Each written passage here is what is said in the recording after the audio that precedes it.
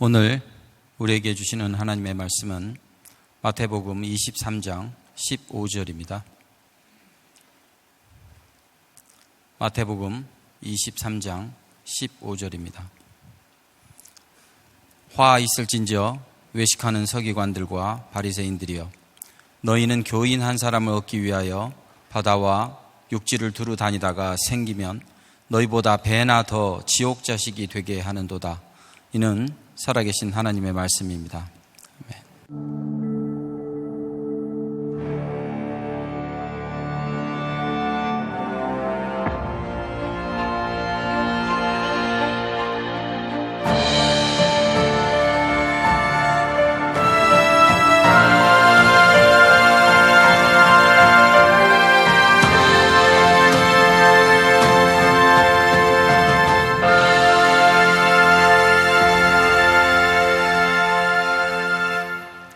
자, 여러분들과 함께 계속해서 아프니까 복음이다 말씀을 나누고 있는데, 기억하시죠? 우리가 이 말씀을 듣기 전에 이 말씀이 우리 가운데 들어와 역사하기를. 자, 성경을 가지고 계신 분들은 성경을 꺼내서 가슴에 대고, 성경을 꼭 스마트폰에 넣고 다니시는 분도 있죠? 괜찮아요. 스마트폰 꺼내도 괜찮아요. 내 삶에 들어온 주님의 말씀이 내게 빛이 되시니. 한번 우리 믿음으로 고백하고 말씀으로 들어가겠습니다.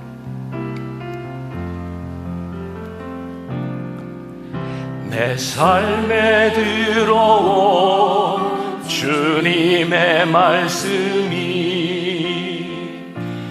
내게 빛이 되시니,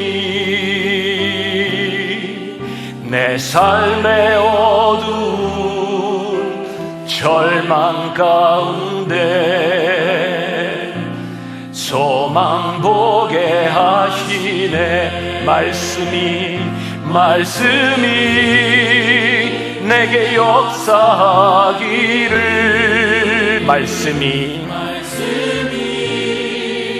내게 살아있기를. 하나님 말씀을 듣겠나이다. 주님의 음성을 듣겠나이다. 우리 말씀이 내게 역사하기를. 말씀이 내게 살아있기를. 하나님 말씀을 듣겠나이다. 주님의 음성을 듣겠나이다. 주님의 말씀을 듣겠나이다. 주님의 뜻대로 살겠나이다.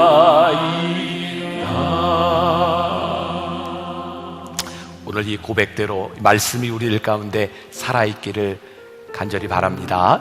자, 아프니까 복음이다. 오늘 시리즈 세 번째 시간이 되겠습니다. 오늘 말씀의 제목은 어떻게 되어 있나요? 지옥의 자식을 만드는 자에게 화가 있으리라. 계속해서 예수님께서 말씀하셨던 7화선언, 화 있을진저로 시작하는 말씀을 나누고 있습니다. 오늘 세 번째 시간인데, 지난주에 어떤 교인이 저에게 이런 이야기를 했습니다. 목사님, 꼭 지금 이때 이런 말씀을 전해야 되는 건가요? 가뜩이나 코로나로 인해서 힘들고 어려운 때 교인들이 위로받고 싶어 하는데 이 말씀이 너무 힘들고 무거운 것 아닌가요? 저도 사실 고민을 많이 했어요. 교인들을 위로하고 싶은데. 근데 하나님께서 이 시기에 우리들에게 이 말씀을 듣게 하시는 이유가 저는 있다고 생각합니다. 아프지만 우리들에게 이 말씀이 들려지기를 소원하고, 또 그분이 저에게 이런 이야기를 해서, 목사님, 자꾸 그런 설교하면 만나교회 힘 있는 사람이나 돈 있는 사람 교회 안 옵니다. 자꾸 말씀대로 살라고, 착하게 살라고, 옳게 살라고 그러면 돈 있는 사람 참 말씀 듣기 힘듭니다. 힘 있는 사람 말씀 듣기 힘듭니다. 근데 저에게 그런 생각이 들더라고요. 하나님의 말씀은 누구에게나 동일하고, 하나님의 말씀대로 살아가는 게 쉽지 않기 때문에, 아프기 때문에 우리들에게 복음이고, 우리는 말씀으로 살아가야 되는 사람들이다. 자, 오늘 이 말씀이 우리들에게 어떻게 역사할까? 자, 예수님께서 계속해서 화 있을진저 화 있을진저 말씀하고 계시는데, 지난주 말씀 기억하세요? 천국문을 가로막고 있는 자. 오늘 말씀과 비교해 보면 지난주의 말씀은 바리새인들과 서기관들의 굉장히 소극적인 모습이었어요. 그냥 들어오는 사람들을 막고 있었어요. 그런데 오늘은 서기관들과 바리새인들이 놀랍게 활약합니다. 오늘 말씀에 보니까 뭐라고 되어 있어요? 화 있을진저 외식하는 서기관들과 바리새인들이여, 너희는 교인 한 사람을 얻기 위하여 바다와 육지를 두루 다니다가 생기면 너희보다 배나 더 지옥 자식이 되게 하는도다. 온 사람을 막은 게 아니라 어떤 활약을 하고 있어요? 찾아가서 데리고 와서 믿게 해서 지옥 자식을 만들게 하는 활약상들을 보여주고 있어요. 바다와 육지를 다니면서 사람들을 회심시키는 일을 했다는 거예요. 저도 말씀을 준비하다 보게 된 일인데 참 의외인데, 그 당시에 유대인들이 굉장히 열정을 가지고 사람들을 회심시키려고 노력을 했답니다. 근데 이 바리새인들과 서기관들과 유대인들이 이방인들에게 말씀을 전하면서 그들이 추구했던 것, 그들이 원했던 건 뭐냐면, 그 사람들이 하나님을 믿을 때 유대인처럼 되었으면 좋겠다는 거였어요. 그래서 그들은 유대교에 들어오면 뭘 하도록 했냐면 할례를 받도록 했고 성전세를 내도록 했어요. 무엇이 문제인가요? 이들이 하나님을 믿으라고 사람들을 다 데리고 와서 회심시켜서는 결국 유대인들의 모습을 만들려고 했던 위선적인 그들의 모습을 바라보면서 예수님께서 너희가 2배나 지옥 자식이 되게 하였도다, 이렇게 말씀하고 있어요. 자, 이 말씀이 여러분들 이해가 돼서 2배나 지옥 자식이 되게 한다는 게 뭘까요? 혹시 지옥에 등급이 매겨 있어서 비즈니스 뭐 이렇게 퍼스트 클래스 막 이렇게 이코노미 이렇게 등급이 매겨져 있을까요? 뭐 그런 건 아닌 것 같아요. 아마도 이 사람들이 열심히 바다와 육지를 다니면서 사람들을 전도해다가 데리고 와서 이들도 지옥의 자식을 만들고자 하니 지옥의 인구가 2배로 늘어났다, 뭐 이런 의미일 수도 있을 것 같고, 또 이런 의미일 수도 있을 것 같아요. 외식하는 서기관들과 바리새인들이 사람들을 데려다가 믿게 만들어 놓고, 여러분 그런 말이 있죠. 늦게 배운 도둑질 날 새는 줄 모른다. 이 사람들이 바리새인들과 서기관들보다 더 외식하는 자들이 돼. 아마 그런 의미일 수도 있겠다. 오늘 이 말씀은 우리 신앙의 기독교 선교에 시사하는 점이 굉장히 큰 부분인데요, 여기에서 한 사람을 얻기 위하여, 이 부분을 영어 성경에 보면 convert라고 되어 있거든요. convert, 뭐냐면 회심시킨다, 이런 의미예요. 제가 공부할 때 이 선교학 분야 중에서 회심 선교에 대해서 이렇게 공부를 한 적이 있어요. 회심이라고 하는 것은 선교학에서 어떤 의미를 가지고 있냐면, 하나님을 믿기 전에 가지고 있었던 세계관, 사고방식이 있어요. 한국 사람의 사고방식, 미신을 숭배하던 사고방식, 하나님을 믿으면서 하나님을 믿는 세계관, 하나님을 믿는 사고방식으로 바뀌어지는 게 진정한 의미의 회심이거든요. 그런데 오늘 유대인들의 문제는 뭐냐면, 하나님을 믿는 사고방식으로 사람을 바꾸려고 하는 것이 아니라 자기들이 믿고 있던 방식으로 사람을 바꾸려고 했던 거예요. 조금 어려운가요? 제가 이제 풀어나갈 거예요. 자, 이 부분은 선교의 역사에 있어서 동일한 오류들을, 잘못했던 부분들을 우리들에게 보여주고 있는데, 제가 공부를 마치고 한국에 들어와서 그때는 학교에서 강의를 할 때였어요. 그때 한국의 신학교에서 선교학 박사과정에서 제가 가르칠 때 선교사들이 많이 그 과정에 들어와 있었어요. 그 당시에 케냐에 마사이족을 선교하던 한 선교사님이 이렇게 페이퍼를 쓰면서 본인이 가지고 있던 고민을 이야기한 적이 있어요.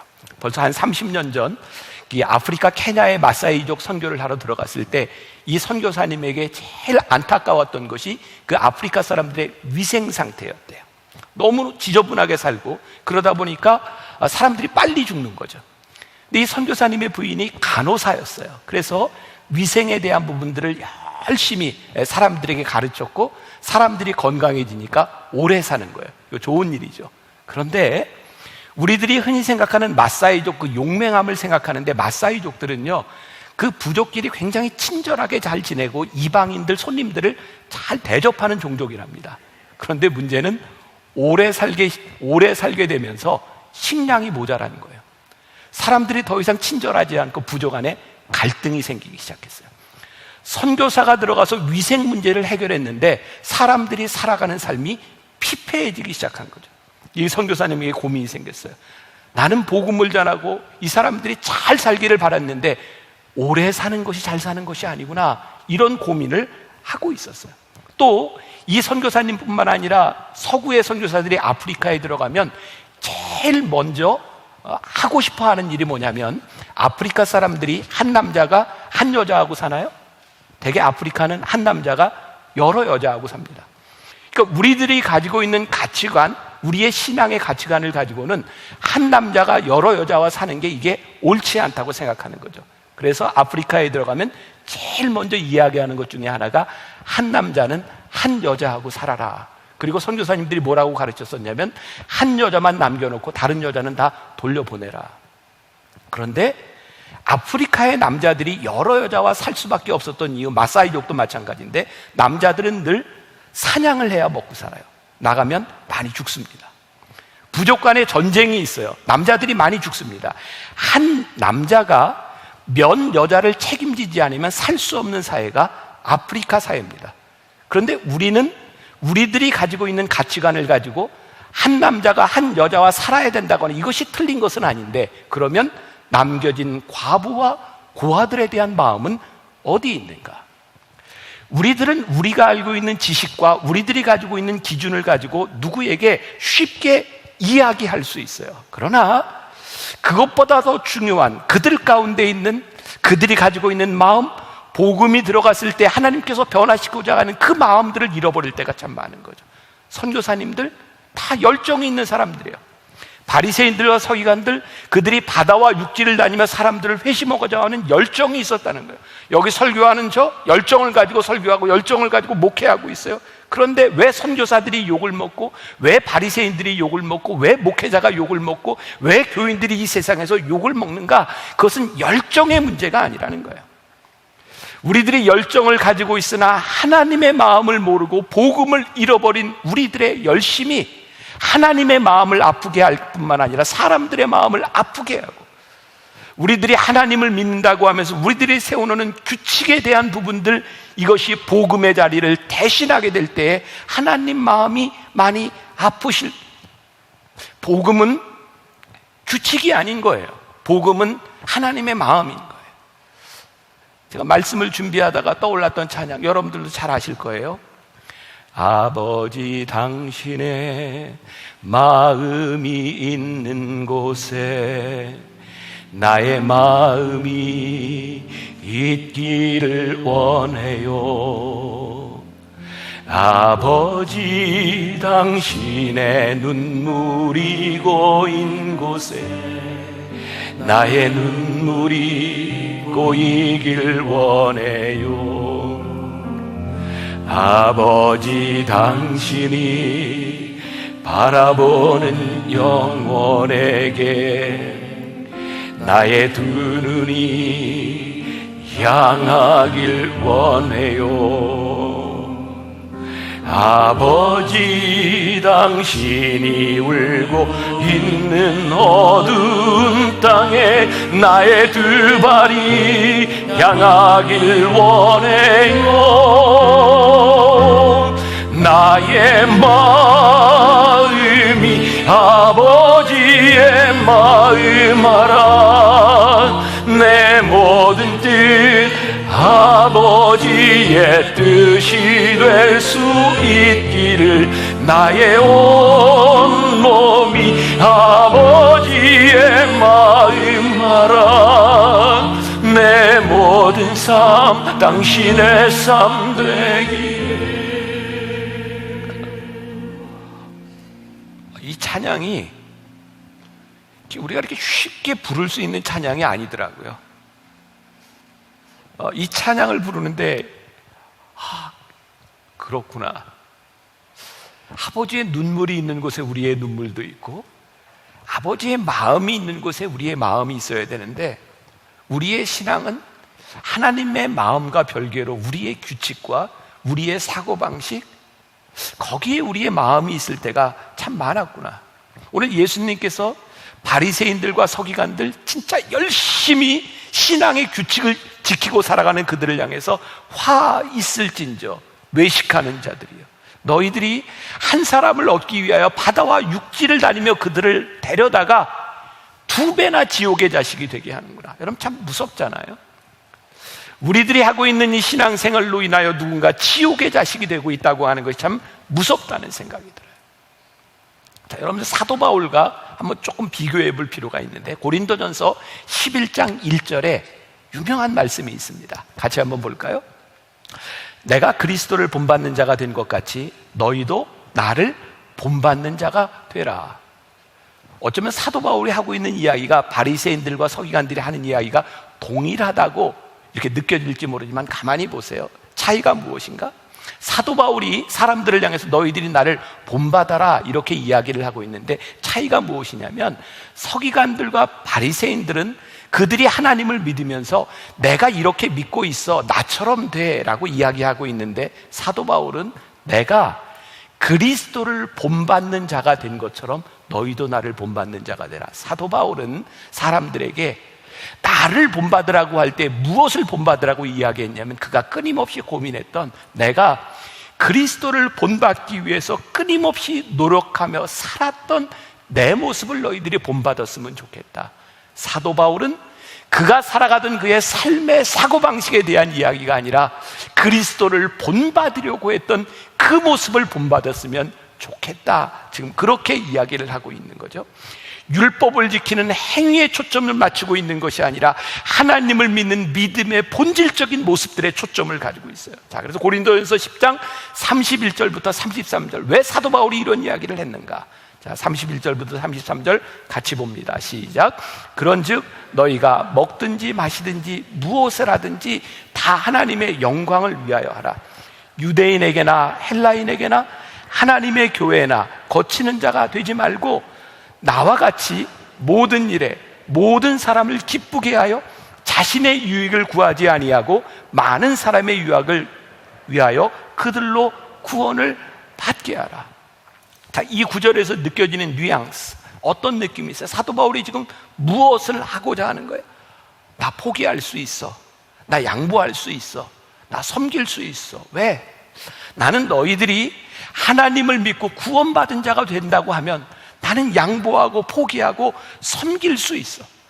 내 서기관들과 바리새인들의 문제가 무엇인지 아세요? 그들은 하나님을 믿으며 그들이 만들어 놓았던 규칙과 율법을 나는 절대로 포기하거나 바꿀 의향이 없어, 나는 절대로 이거 놓지 않을 거야. 자기들이 정해놓은 규칙을 만드신 하나님의 마음을 잃어버린 그들이 얼마나 무섭게 규칙이 우상이 되어버렸는가. 여러분들, 벌써 3주째 제가 화 있을진저 아프니까 복음이다 이런 말씀을 나누고 있는데, 첫 주, 둘째 주, 오늘까지 말씀이 다 비슷하지 않아요? 아니에요? 저는 준비하면서 제가 매일 똑같은 얘기하고 있거든요. 예수님께서 왜 7번이나 이 똑같은 얘기를 하고 계실까? 화 있을진저. 제가 왜 여러분들에게 이 똑같은 이야기들을, 예수님의 말씀을 반복해서 이야기하고 있을까? 예수님에게 이 말씀이 그만큼 중요하셨던 거예요. 오늘 신앙생활을 하고 있는 우리들에게 복음이 무엇인지, 하나님의 마음이 무엇인지를 전하시는데 이것이 그렇게 중요했던 거예요. 잘못된 열망이었던 거죠.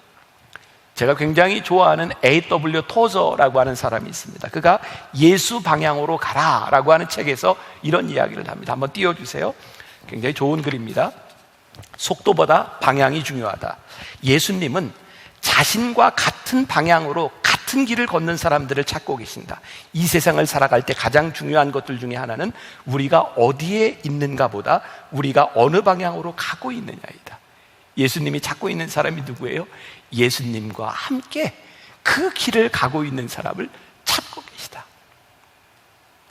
우리가 좀 신앙생활을 하고 오늘 우리들이 예배를 드리고 우리들이 말씀을 듣고 있는데 중요한 것은 우리가 여기 앉아 있는 것이 중요한 것이 아니라 오늘 예수님이 가시는 그 길에 우리가 함께 그 길을 가고 있는가, 그것이 중요하다. 사도 바울에게 있어서 회심이 무엇냐면 구원받는 거였어요. 구원이 뭐예요? 하나님의 마음이었어요. 하나님이 세상을 이처럼 사랑하사 독생자를 주셔서 우리를 사랑하고자 하시는 그 하나님의 구원이 마음에 들어오니 사도 바울은 그 구원을 위하여 무엇이 유익한지 하나님 앞에서 묻게 되고, 하나님 앞에서 무엇이 유익한지를 묻게 되니 자기를 포기하고 자기를 내려놓고 하나님의 마음을 구하게 되었어요. 그래서 사도 바울이 유명한 말씀을 하죠. 고린도전서 10장 23절과 24절. 자, 보세요. 같이 봅니다. 시작. 모든 것이 가하나 모든 것이 유익한 것은 아니요, 모든 것이 가하나 모든 것이 덕을 세우는 것은 아니니 누구든지 자기의 유익을 구하지 말고 남의 유익을 구하라. 이게 복음의 자세, 하나님을 믿는 사람의 모습이에요. 자기의 유익을 구하지 말고 남의 유익을 구하라. 오늘 말씀이 지난주의 말씀과 연결되어 있어요. 지난주에는 제가 고린도전서 8장 말씀을 가지고 우상에 대한 이야기했죠. 기억나시죠? 기억나주세요? 네. 오늘은 이 10장에도 동일하게 우상 제물에 대한 이야기가 나와 있는데, 당시 고린도 교회에는 이 우상 제물에 대한 논쟁이 굉장히 힘들었던 것 같아요. 왜냐하면 복음이 들어가기 전에 모든 사람들이 우상을 숭배하고 있었기 때문이죠. 그 당시에 사람들이 시장에 가서 고기를 사잖아요. 대부분의 고기는 우상에 드려졌던 고기들입니다. 그러니까 이게 우상 제물로 드려졌던 고기를 먹느냐 마느냐, 이것이 굉장히 중요했던 거죠. 근데 사도 바울이 이렇게 이야기를 합니다. 불신자들이 사도들을 초청해 놓고 음식을 대접할 때 묻지 말고 먹어라. 왜? 하나님은 한 분이시니 사도 바울의 신앙에 있어서 사도들의 신앙에 있어서 우상에게 드려졌나 안 드려졌나 별로 중요한 것 아니에요. 왜? 그거 우상인데 하나님은 한 분이신데. 그러니까 사람들이 너희들을 초청해서 음식을 줄 때 그냥 먹어라. 그 사람들을 불편하게 하지 말아라. 그런데 만일 누군가 이것이 우상 제물이라고 이야기해서 우상 제물 때문에 마음에 걸리는 사람이 있으면 그거 먹지 말아라. 사도 바울이 일관성이 없습니다. 여러분, 제가 계속해서 이야기하죠. 우리 예수님은 일관성 있는 분이 아니셨어요. 공의와 공평과 정의를 이야기하신 분이 아니라 지금 우리 앞에 있는 그 사람을 향한 하나님 아버지의 마음을 가지고 사랑과 긍휼을 베푸셨던 분이 우리 하나님, 우리 예수님이십니다. 우리 복음과 우리의 신앙의 본질은요, 사랑과 정의를 뛰어넘는 아버지의 긍휼하심에 있는 거예요. 그래서 사도 바울이 고린도전서 10장 29절에서 이렇게 얘기합니다. 내가 말한 양심은 너희의 것이 아니요 남의 것이니. 사도 바울에게 양심이 뭐예요? 야, 나는 남을 위해 이 양심을 써. 어찌하여 내 자유가 남의 양심으로 말미암아 판단을 받으려. 그러니 내가 지금 자유로 쓴 이 양심은 남에게 판단받을 것이 아니라 내가 하나님 앞에서 행한 일이야. 적어도 사도 바울에게 있어서 그 믿음이 있었어요. 우리의 양심의 문제가 아니라 남의 양심을 바라보고 우리의 자유가 하나님 앞에서 판단받는다고 하는 믿음 앞에 서서 그는 하나님 앞에 신앙을 살았던 사람이죠. 자, 오늘 말씀에 지옥에 대한 이야기가 나요. 2배나 지옥이 되게 하였도다. 전 이런 생각을 합니다. 위선자들이 많아지면 그게 지옥입니다. 우리가 신앙생활하고 있는데 이 안에 위선자들이 디글디글하면 이것이 지옥입니다.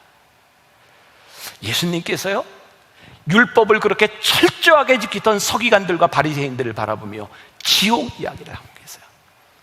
오늘 말씀은 그 이스라엘의 지명과도 이렇게 좀 연결되는 부분인데, 예루살렘 남쪽에 이렇게 하면 흰놈의 골짜기라는 데가 있어요. 제가 이제 그곳을 길을 잘못 들어서 제 아내하고 둘이 걷다 보니까 흰놈의 골짜기, 그게 게헨나라고 헬라어로 하는 것인데 그게 뭐냐면 지옥이라는 것입니다. 너희 위선자들, 너희들이 이곳에 있는 이곳, 위선이 있는 곳이 지옥이라고 말씀하고 있거든요. 그런데 보세요, 잘 기억하세요. 서기관들과 바리새인들과 사두개인, 이들은 늘 거룩을 얘기하던 사람이었어요. 거룩을 추구하는 것과 거룩해지는 것은 다른 것입니다. 이들은 거룩을 이야기했는데 그 거룩을 지옥으로 만들어 버렸어요. 제가 여러분들에게 한번 들려드렸던 이야기입니다. 그렇게 얘기하고 했던 적이 있어요. 이거 제가 쓴 글이지만 이게 참 기가 막힌 글입니다. 그렇게 했던 것 중에 하나인데 기억이 나실지 모르겠어요. 사람들 앞에서 거룩하게 보이려고 하면 위선이 되고, 사람들을 배려하지 않고 거룩을 자랑하면 독선이 됩니다. 바리새인들과 서기관들의 거룩이 위선과 독선이었어요. 여러분, 성경을 읽는 것이 중요한 것이 아니라 성경 말씀을 살아가는 것이 우리들에게 신앙이죠. 얼마 전에 우리 청년을 통해서 그런 이야기를 듣겠어요. 요 코로나 때 이 사태가 퍼지기 전에 질병관리본부에 들어가서 일하던 우리 청년이었어요. 굉장히 중요한 부서에서, 굉장히 어려운 부서에서 이렇게 일을 하게 되었는데, 그때 만났던 사람의 이야기를 들려줬어요. 막 코로나가 시작이 되면서 사람들이 너무너무 바쁠 때 그 대응팀에서 빨리빨리 대응을 해야 되는데, 어떤 사람 하나가 늘 아침 9시가 되면, 9시 반쯤 되면 사라진다는 거예요. 그 바쁜데. 그래서 알고 봤더니 이분이 굉장히 믿음이 좋은 사람인데요, 매일 아침 큐티를 하기 위해서 1시간 반에서 2시간 정도를 사라졌다 돌아오는 겁니다. 근데 이분이 여기에서 끝난 것이 아니라 코로나로 막 환자들이 막 들어오고 막 조사하고 힘든 가운데서 이분이 주일이 되면, 그때는 이제 모든 사람들이 토요일도 주일로 출근할 때인데, 주일 성수를 하기 위해서 주일 예배 시간에는 핸드폰을 딱 꺼놓고 예배를 드리고 나오지 않는 거예요.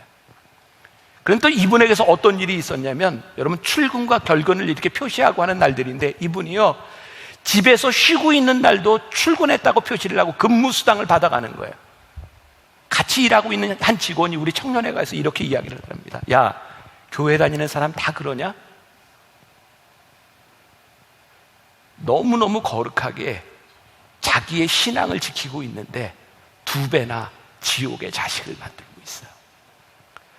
나도 하나님 앞에 위선적일 뿐만 아니라 그 위선과 독선을 바라보며 누군가 저게 하나님을 믿는 것이냐라고 생각하며 하나님을 부인하게 만드는 것. 서기관들과 바리새인들, 그들은 늘 거룩을 이야기하는 자들이었는데, 하나님께서 내가 거룩한 것처럼 너희도 거룩하라 말씀하시면서 그렇게 거룩을 추구한다고 했는데, 그들에게 위선과 독선적인 모습으로 인하여 2배나 지옥의 자식을 만들고 있는 거예요. 제가 이렇게 문장을 또 써봤어요. 들어보세요. 거룩은 옳고 그름을 나누는 정의의 문제가 아닙니다. 거룩은 거룩하지 못한 것을 판단하고 정죄하는 것이 아닙니다. 거룩은 거룩하지 못한 죄 가운데서 분명히 드러나지만 죄와 더러움을 하나님의 방식으로 다루어 가는 것입니다. 제가 말씀을 준비하며 정리한 부분이어서, 거룩은 옳고 그름을 드러내는 것, 판단하고 정죄하는 것이 아니라 죄 앞에서 거룩이 분명히 드러나는데, 중요한 것은 이 거룩을, 이 죄를 하나님의 방식으로 다루어 가기 시작할 때 거룩함이 나타나는 거예요. 거룩함의 목적은 죄를 드러나게 하는 데서 끝나는 것이 아닙니다. 죄가 드러났을 때 어떻게 그 문제를 해결하고 하나님의 자녀로 살아가도록 만드는가, 이것이 거룩의 목적이 있는 거죠. 성경을 보세요. 구약시대 유명한 이사야 선지자를 하나님께서 부르실 때 이사야 6장에 보니까 이사야가 거룩하다 거룩하다 거룩하다 이 창화하는 소리를 들으며 하나님의 거룩하심 앞에서 두려웠어요. 그래서 이사야가 뭐라고 해요? 화로다 나로 망하게 되었도다. 근데 이사야가 거기서 망하지 않습니다. 하나님이 그 거룩하심 가운데서 그의 죄를 고백할 때에 그를 위대한 선지자로 쓰세요. 하나님께서 사람을 다루어가는 방식이에요. 유명한 베드로가 예수님을 처음 만났을 때 누가복음 5장에서 주님을 바라보며 그가 고백했던 게 뭐예요? 주여 나를 떠나소서 나는 죄인이로소이다. 주님이 뭐라고 말씀하세요? 나를 따르라 내가 너를 사람을 낚는 어부가 되게 하리라. 바리새인들과 서기관들은 사람들의 죄를 드러내며 죄책감으로 살아가게 만들었다면, 하나님께서 다루시는 거룩에 대한 부분, 하나님의 마음은 거룩하지 못한 우리를 하나님의 자녀로 쓰시기 위해서 우리를 살리시는 일을 합니다. 그러니까 서기관들과 바리새인들을 바라보면 하나님 아버지의 마음이 얼마나 아프셨겠어요. 너희들이 그들로 하여금 지옥의 자식을 만들어가는 죄책감으로 힘들어하는 사람들을 바라보며 하나님의 마음이 얼마나 아프셨겠어요. 더욱 화가 나는 것은 그들이 하나님의 말씀을 모르고 있던 자들이 아니라 너무나 정확하게 하나님의 말씀을 알고 읽고 외우고 지키는 사람들이었는데 하나님의 마음을 알지 못하고 살아가니 말이에요. 유명한 종교개혁자 루터가 종교개혁을 할 때 그가 어떻게 종교개혁을 했는지 아세요? 그가 하나님을 발견하고 난 후에 종교개혁을 합니다. 그 시대에 알았던 하나님은 어떤 분이 있어서 심판자여 파멸자라고 생각하고 늘 죄의 두려움 앞에서 떨고 있었는데 루터가 하나님을 발견했어요. 긍휼하신 하나님, 은혜와 사랑이 많으신 하나님, 그 하나님을 발견하고 오직 의인은 믿음으로 산다고 그가 종교개혁하죠. 우린 종종 주변에서 이런 얘기하는 사람을 듣습니다. 내가 그 사람을 잘 아는데 그 사람은 절대 그건 용서하지 않아. 그건 용납하지 않아. 그 실수를 절대로 용납하지 않아. 바로 서기관들과 바리새인들이 사람들에게 이렇게 얘기했어요. 내가 하나님을 잘 아는데 하나님은 너 같은 자를 용서하지 않아. 실수를 용납하지 않아. 예수님께서 뭐라고 말씀하세요? 화 있을진저. 자, 오늘 이 말씀을 우리들의 삶에 적용해 보겠습니다. 혹시 우리는 누군가 내 마음에 들지 않는다는 이유로 누군가를 정죄하고 누군가를 아프게 하고, 아니 누군가가 아니라 우리가 살고 있는 우리의 가정, 엄마와 아버지, 내 자식들을 바라보며 내가 비난하거나 내 마음에 품지 못했던 것은 없는가? 지난주에 제가 잠깐 언급했던 거예요. 마가복음 7장 11절에 예수님께서 이렇게 말씀하십니다. 너희는 이르되 사람이 아버지에게나 어머니에게나 말하기를 내가 드려 유익하게 할 것이 고르반 곧 하나님께 드림이 되었다 하기만 하면 그만이라 하고, 그 당시에 율법을 잘 지키는 사람 중에 부모님에게 해야 될 의무를, 부모님을 공경해야 될 것을 하나님께 드린 바 되었다, 고르반라고 이야기를 하면 내가 부모님께 할 의무를 다했다 생각하는 자들이 있었다는 거예요. 저도 우리 애들 둘 다 이렇게 시집장가 보내고 나니까 이 5월이 참 바쁘더라고요. 우리 아들하고 며느리하고 어버이날이라고 같이 이제 식사를 하게 되었어요. 이거 결혼시키니까 좋더라고요. 며느리가 막 선물도 해오고 밥을 먹는데 이제 선물도 가져오고. 근데 제가 아들과 며느리를 바라보면서 이렇게 얘기했어요. 나에게, 엄마와 아빠에게 제일 큰 선물은 너희들이 준 선물이 아니라 너희가 선물이야. 너무 감사하더라고요. 제 딸하고 사위는 지금 5달째 이제 만나지를 못하고 있어. 코로나 때문에. 우리 사위가 사회복지사로 일을 하다 보니까 가족들을 모두 이제 외지로 나가지 못하게 해서 지금 5달째 이제 못 만나고 있는데, 우리 딸과 사위는 아무것도 저에게 해준 게 없어요. 그런데 저를 보고 싶어하는 마음이 선물인 거예요.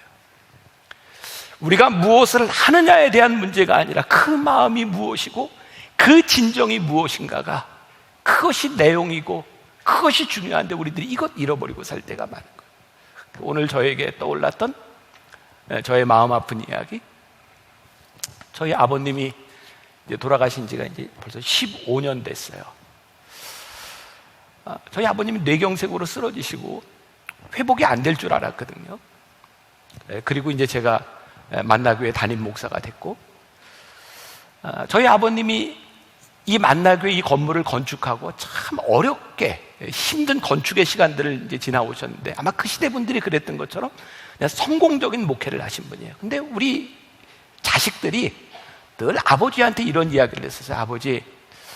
아버지가 목회에 성공하셨지만 이렇게 좋은 차, 좋은 집 이런 거 안 살고 사셨으면 좋겠어요. 그래서 저희 아버님이 은퇴하시기 얼마 전까지 타셨던 차가 그때 레간자를 이렇게 타셨어요. 그런데 그 당시에 저희 아버님과 비슷한 그 분들이 다 타던 차들이 고급 차들이었어요.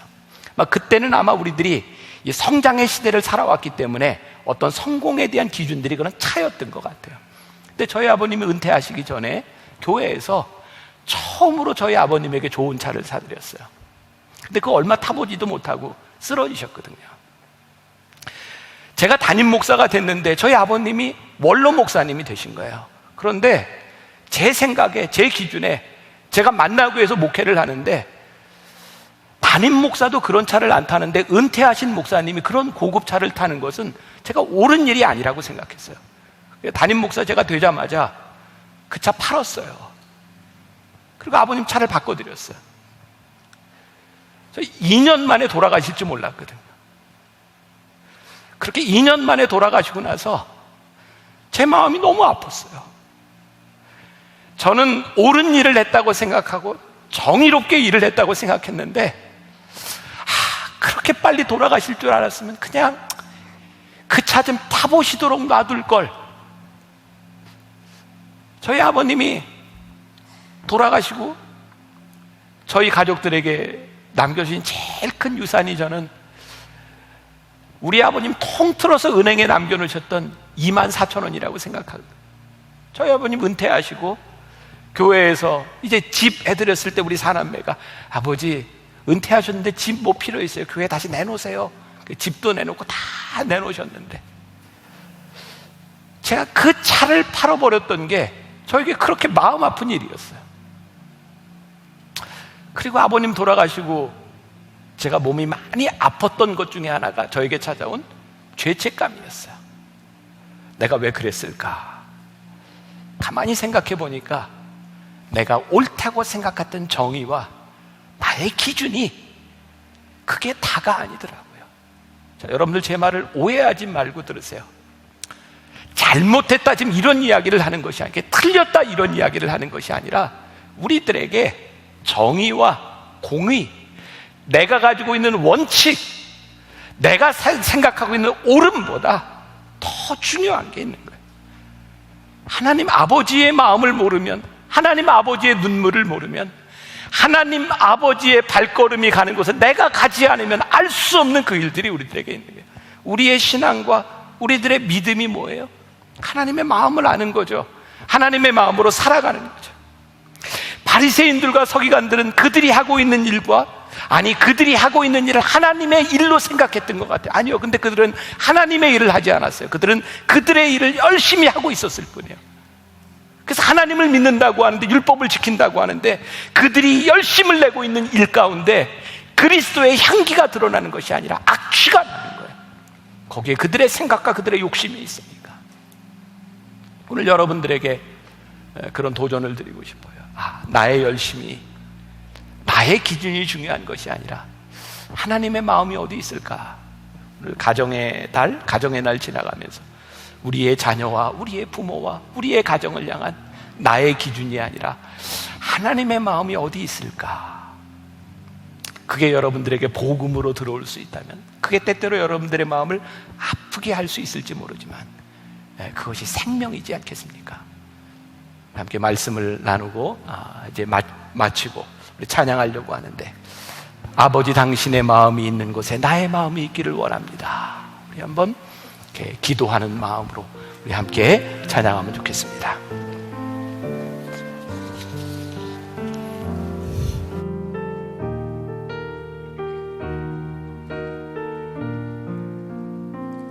아버지 당신의 마음이 있는 곳에 나의 마음이 있기를 원해요. 아버지 당신의 눈물이 고인 곳에 나의 눈물이 고이길 원해요. 아버지 당신이 바라보는 영혼에게 나의 두 눈이 향하길 원해요. 아버지 당신이 울고 있는 어두운 땅에 나의 두 발이 향하길 원해요. 나의 마음이 아버지의 마음 알아. 내 모든 뜻 아버지의 뜻이 될 수 있기를 나의 온 몸이 아버지의 마음 알아. 내 모든 삶 당신의 삶 되기를. 지금은 우리 주 예수 그리스도의 은혜와 하나님 아버지의 무한하신 사랑과 성령의 인도하심이 하나님의 마음 알기를 소원하며 이 세상으로 나가는 당신의 사랑하는 모든 백성들 위해 지금부터 영원까지 함께 하시기를 간절히 축원하옵나이다. 아멘.